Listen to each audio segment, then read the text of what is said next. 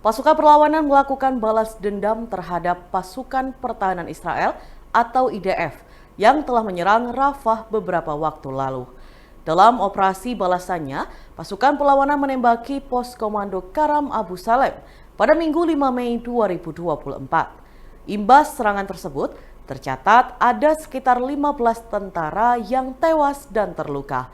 Dilansir dari Al-Mayadin, hal itu dikonfirmasi oleh militer Israel. Menurut militer Israel, pasukannya diberondong serangan saat berada di pos komando Karam Abu Salem.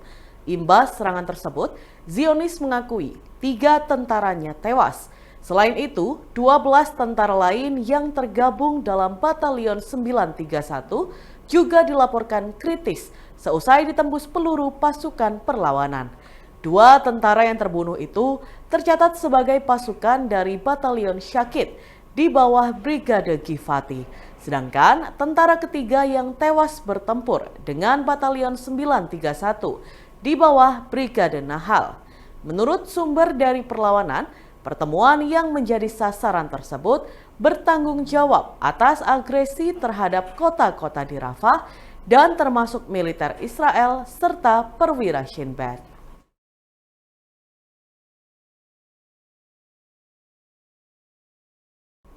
Preman bernama Kamiso yang menantang duel pengacara Kamarudin Simanjuntak di Mapolsek Percut Seituan, Deli Serdang, Sumatera Utara ternyata bukan orang sembarangan. Pria bertato berusia 49 tahun itu diketahui sebagai residivis yang pernah menembak polisi. Personel polisi dari Polsek Medan Barat, Aibtu Robin, diketahui pernah menjadi korban kejahatannya. Kamiso juga merupakan pecatan Polri. Ia disebut pernah bertugas sebagai polisi sebelum akhirnya dipecat. Setelah itu ia merintis karir di jalur ormas sebelum akhirnya bisa meraih posisi sebagai wakil ketua sebuah ormas di daerah tersebut. Berbekal semua predikat di atas, tampaknya nyali Kamiso menjadi berlipat ganda. Hingga akhirnya ia melakukan pembacokan terhadap seorang warga di Jalan Haji Anif, Desa Sampali, Kecamatan Percut Seituan. Korban adalah Rahman Tua, seorang warga Desa Sampali, Kecamatan Percut Seituan, Kabupaten Deli Serdang, Sumatera Utara. Informasi yang disampaikan polisi, Rahman Tua dipacok Kamiso diduga karena permasalahan lahan. Akibatnya, tangan sebelah kiri korban nyaris putus ditebas parang oleh pelaku. Hal ini bermula ketika tersangka hendak menggali lubang, diduga untuk mendirikan pagar di lahan garapan yang sudah dikuasai pihak lain. Kemudian korban yang tidak terima hingga terjadi keributan sampai pembacokan. Akibat ulah Kamiso, warga di sekitar lokasi pembacokan meradang. Mereka marah dan sempat memblokir jalan dengan cara membakar ban sebagai bentuk protes. Kanit Reskrim Polsek Percut Seituan AKP Japri Simamora mengatakan insiden Kamarudin versus Kamiso ini bermula ketika sang pengacara datang untuk melihat apakah Kamiso sudah ditangkap atau belum. Setibanya di Polsek Percut, Kamarudin malah mengintervensi polisi karena melihat Kamiso tidak diborgol. AKP Japri mengklaim Kamiso sudah diamankan dan sedang dalam proses pemeriksaan. Saat itu Kamiso disebut akan menandatangani berkas sehingga akan sulit jika diborgol. Sedangkan Kamiso juga cacat, bahkan untuk berjalan membutuhkan tongkat. Masih menurut AKP Japri, Kamarudin Simanjuntak datang ke kantor polisi bukan sebagai kuasa hukum korban. Namun jelasnya, Kamarudin Simanjuntak diizinkan melihat tersangka untuk membuat masyarakat tenang dan tidak lagi memblokir jalan.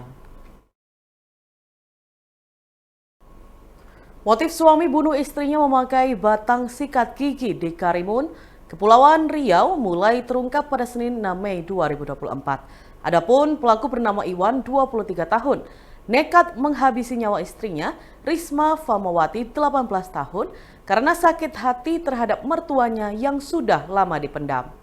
Iwan mengaku kerap cekcok dengan korban, serta ibu mertuanya disebut selalu ikut campur dalam rumah tangganya. Iwan mengatakan selama 4 tahun berumah tangga dengan Risma, ia kerap bertengkar.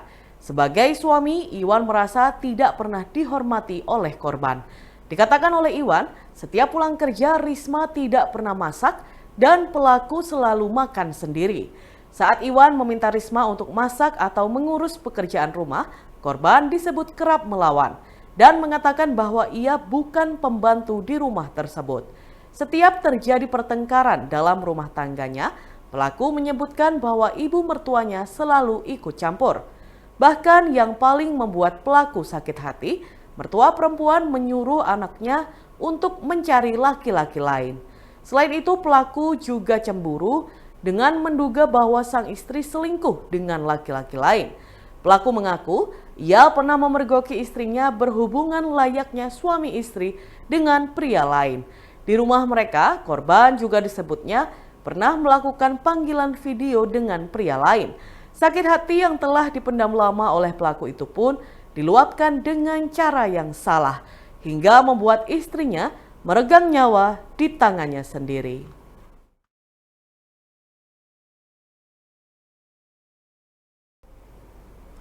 Accurate Research and Consulting Indonesia atau ARCI merilis hasil survei elektabilitas nama yang diprediksi akan maju dalam pemilihan kepala daerah atau Pilkada Kabupaten Ponorogo 2024. Dalam rilisnya yang dilakukan di warung Kopi Wakoka pada Senin 6 Mei 2024, Direktur ARCI Baihaqi Siraj memaparkan hasil survei yang dilakukan olehnya pada tanggal 23 hingga 29 April 2024. Ia menuturkan, saat ini masyarakat masih mengatakan puas dengan kinerja incumbent Sugiri Sancoko. Dalam slide yang dipaparkan, mereka diketahui menggunakan metode Stratified Multistage Random Sampling, di mana ada 1.200 responden yang dilakukan sampling. Rentang usia responden bermacam-macam. Gen Z atau usia kurang dari 25 tahun sekitar 15,7%. Lalu milenial 26 sampai 50 tahun sekitar 36,3%. Gen X 41 sampai 56 tahun sekitar 29,4% dan boomer usia lebih dari 50 tahun sebanyak 18,6%. Dalam survei itu ada 5 nama yang disodorkan, yakni incumbent Sugiri Sancoko, lalu Lisdiarita, Supriyanto, Ibnu Multazam, dan Ipong Muhlisoni. Hasilnya dari survei tersebut yang tertinggi adalah Sugiri Sancoko, di mana pria yang akrab disapa Kang Giri tersebut mendapatkan hasil survei sebanyak 56,2%. Menyusul di peringkat kedua ada Supriyanto yang merupakan anggota DPR RI dari Partai Gerindra sebesar 13,6%. Lalu Ibnu Multazam selaku Ketua DPC PKB Ponorogo sebanyak 11,9%. Kemudian mantan Bupati Ponorogo, Ipong Muhlisoni, mencapai 10,1%. Disusul Wakil Bupati saat ini, Lisdiarita, sebesar 4,7%. Terakhir, yang belum menentukan pilihan, sebanyak 4,5%. Baihaqi menjelaskan kemungkinan hasil tersebut keluar karena calon lain belum menampakkan diri ke permukaan. Ia menduga bisa jadi hasil akan berbeda ketika sudah ada calon lain yang mulai muncul. Dan Tribuners, berikut kita simak bersama wawancara dengan Direktur ARCI Baihaqi Siraj. Begini, kebetulan kami melakukan survei di tanggal 23 sampai tanggal 29 April kemarin. Memang pada saat ini masyarakat masih mengatakan lebih banyak mengatakan puas terhadap kinerja Sugiri Sancoko. Kemudian yang kedua secara elektabilitas, karena yang lain kayaknya masih belum ada yang running, maka yang tertinggi saat ini adalah di Sugiri Sancoko sebagai bupati saat ini. Ada di angka, kalau ada 5 kandidat, maka Sugiri Sancoko ada di angka 56,3. Kemudian tatkala ada 2 kandidat head to head dengan Ipong Muhlison, maka Sugiri Sancoko ada di angka 59,2%. Untuk berapa responden, Pak? Kami melakukan survei itu ada di 1.200 responden di seluruh kecamatan Kabupaten Ponorogo, sesuai dengan populasi yang ada. Kami menggunakan populasi terhadap DPT kemarin di 2024 yang pemilihan legislatif dan presiden kemarin. Rentan usia. Di mana? Rentan usia yang disurvei. Rentan usia kami tergantung dari apa itu namanya yang tadi kami sampaikan.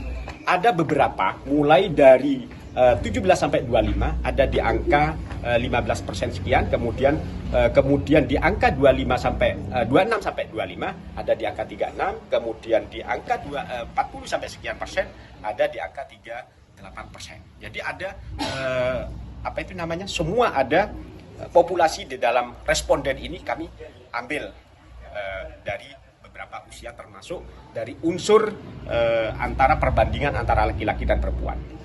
Saya tidak mengatakan Pak Ipong turun dan saya tidak mengatakan Pak Ipong naik, Pak Giri naik. Yang ini masyarakat mungkin masih melihat bahwasannya Pak Ipong masih belum running. Apakah Pak Ipong mau mencalonkan bupati atau tidak? Ini kan masih belum kelihatan. Sehingga tatkala kami menanyakan tentang kepada masyarakat, siapa bupati yang akan Anda pilih, maka lebih banyak menjawab Sugiri Sancoko.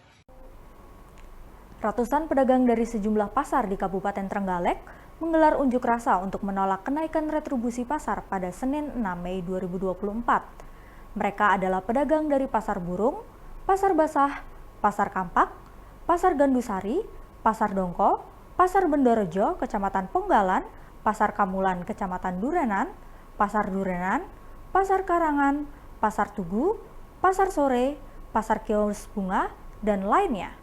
Para pedagang berkumpul di Pasar Burung Trenggalek, Jalan Ki Mangun Sarkoro, Kelurahan Surodakan, yang kemudian berjalan kaki menuju Pasar Pon, Jalan Panglima Sudirman, lalu menuju alun-alun Trenggalek dan berunjuk rasa di depan Pendopo Manggala Praja Nugraha. Selama unjuk rasa, pedagang menyampaikan sejumlah tuntutan, salah satunya adalah menolak kenaikan retribusi pasar hingga 400%. Seorang pengunjuk rasa bernama Kamali menyampaikan kenaikan tarif pajak yang diberlakukan oleh pemerintah Kabupaten Trenggalek yang sangat memberatkan pedagang. Pedagang merasa tidak mampu untuk membayar besaran pajak retribusi yang naik signifikan. Kamali juga mengatakan, setelah dihitung kenaikan retribusi hampir 400% atau sekitar 380-an%. Menurutnya, saat ini kondisi pasar tidak seramai dulu dan salah satu penyebabnya adalah serangan loka pasar atau marketplace. Dalam unjuk rasa tersebut, pedagang berkomitmen untuk tidak akan membayar retribusi jika besarannya tidak diturunkan. Berikut kita simak wawancaranya dengan PLT Bupati Trenggalek, Syah Muhammad Nata Negara, dan pedagang Pasar Sebo, Kecamatan Watulimo, Sumarno. Minta untuk retribusi pajak pasar itu diturunkan karena tahun 24 ini ya kan dinaikkan sampai 400 sekian, 400% sekian, kurang sekian. Jadi yang awalnya itu membayar cuma sebulan sekitar 1 juta sekian, akhirnya hampir 3 juta. Jadi untuk pedagang-pedagang semua itu menjerit. Karena apa? Karena kan Pasar Sebo juga diserang oleh pasar-pasar modern. Ada Alfamart, ada Indomaret, gitu. Terus diserang oleh pasar online. Apalagi kita kalau ditambahi dengan itu kenaikan pajak yang nggak masuk akal. Dan sebenarnya itu sebelumnya ini juga sudah, Pak, sudah ngomong-ngomong sama dinasnya. Katanya sudah didok bupati, sudah didok DPR, tapi kan dia itu kan mengambil keputusan itu kan cuma sebelah, tidak ngajak ngomong sama pedagang. Ya, akhirnya pedagang kan yang menjerit. Kalau tidak di ACC, sampai kapanpun tidak akan mau membayar retribusi. Kalau memang pasar mau ditutup, silakan tutup, nggak apa-apa. Tapi pemerintah harus tahu fungsi pasar untuk apa, harus tahu. Kalau ditutup ini risikonya kan dia sendiri. Sekarang untuk Bapak Bupati, Bapak Wakil Bupati mau magang itu berusuhan ke pasar. Tapi setelah jadi kan tidak ada solusinya. Solusinya apa? Pajak dinaikkan, seenaknya aja. Kalau naik 30% oke-oke aja, atau mungkin 40% oke aja. Naiknya itu loh, hampir 400%. Melejit. Solusi yang terbaik, terutama untuk para pedagang yang ada di pasar-pasar Kabupaten Trenggalek. Jadi ada 12 tahun tidak ada perubahan tarif retribusi di Kabupaten Trenggalek. Mungkin karena hal ini masyarakat setelah sekian puluh tahun menggunakan tarif lama, dan ketika ada penyesuaian tarif sedikit ada gejolak lah, kira-kira seperti itu. Waktu menaikkan apa tidak ada diskusi dengan pasar? Ada, harusnya ada. Jadi memang sudah ada diskusikan apa, karena ketika kita merancang sebuah perda, mencahkan sebuah perda itu pasti dilakukan dengan wakil-wakilnya, dengan DPRD, dengan perwakilan dari para pedagang pasar. Bisa jadi juga mungkin sosialisasi yang kami lakukan itu masih kurang maksimal, sehingga terjadi aksi pada siang hari ini. Sopir truk tangki pengangkut gas yang menabrak motor berpenumpang satu keluarga hingga tewas seluruhnya ternyata berkendara dalam kondisi mabuk. Hal itu diutarakan oleh Kasat Lantas Polres Bojonegoro, AKP Anjar Rahmat Putra. Dalam pemeriksaannya, supir truk bernama Sutrisno itu mengakui berkendara dalam kondisi mabuk. AKP Anjar mengatakan pada Senin 6 Mei 2024 pagi, supir berkendara di bawah pengaruh alkohol. Ia meneruskan, pihaknya juga menemukan barang bukti miras jenis arak yang dibawa supir truk asal desa Kerjolor, Kecamatan Ngadirojo, Kabupaten Wonogiri, Jawa Tengah tersebut. Untuk memastikan, pihaknya juga melakukan cek urin terhadap sang supir dan hasilnya positif mengkonsumsi miras. Disampaikan AKP Anjar bahwa truk sempat oleng, kemudian keluar badan jalan dan menabrak pohon, lalu masuk jalur lagi hingga akhirnya menabrak pemotor. Kapolres Bojonegoro AKBP Mario Prahitno menyebut pihaknya masih menyelidiki perkara kecelakaan lalu lintas ini dan belum menetapkan Sutrisno sebagai tersangka. Sebagaimana diberitakan sebelumnya, kecelakaan lalu lintas yang terjadi di Jalan Raya Bojonegoro Ngawi, Desa Sumberjo, Kecamatan Margomulyo, Kabupaten Bojonegoro pada Sabtu 4 Mei 2024 petang. Kecelakaan lalu lintas tersebut melibatkan satu truk tangki pengangkut gas dengan nopol AD8330IG yang dikemudikan oleh Sutrisno dan motor Kawasaki Ninja bernopol B6342BE yang ditumpangi satu keluarga. Satu keluarga yang menumpangi motor sport tersebut terdiri dari ayah, ibu, dan seorang anak, masing-masing bernama Sumbito 38 tahun, Tuti Yani 39 tahun, dan Arjuna Ozi Anindito 8 tahun. Akibat kecelakaan ini, keluarga kecil asal desa Cangakan, Kecamatan Kasreman, Kabupaten Ngawi ini tewas seluruhnya di lokasi kejadian. Download Tribun X sekarang, menghadirkan lokal menjadi Indonesia.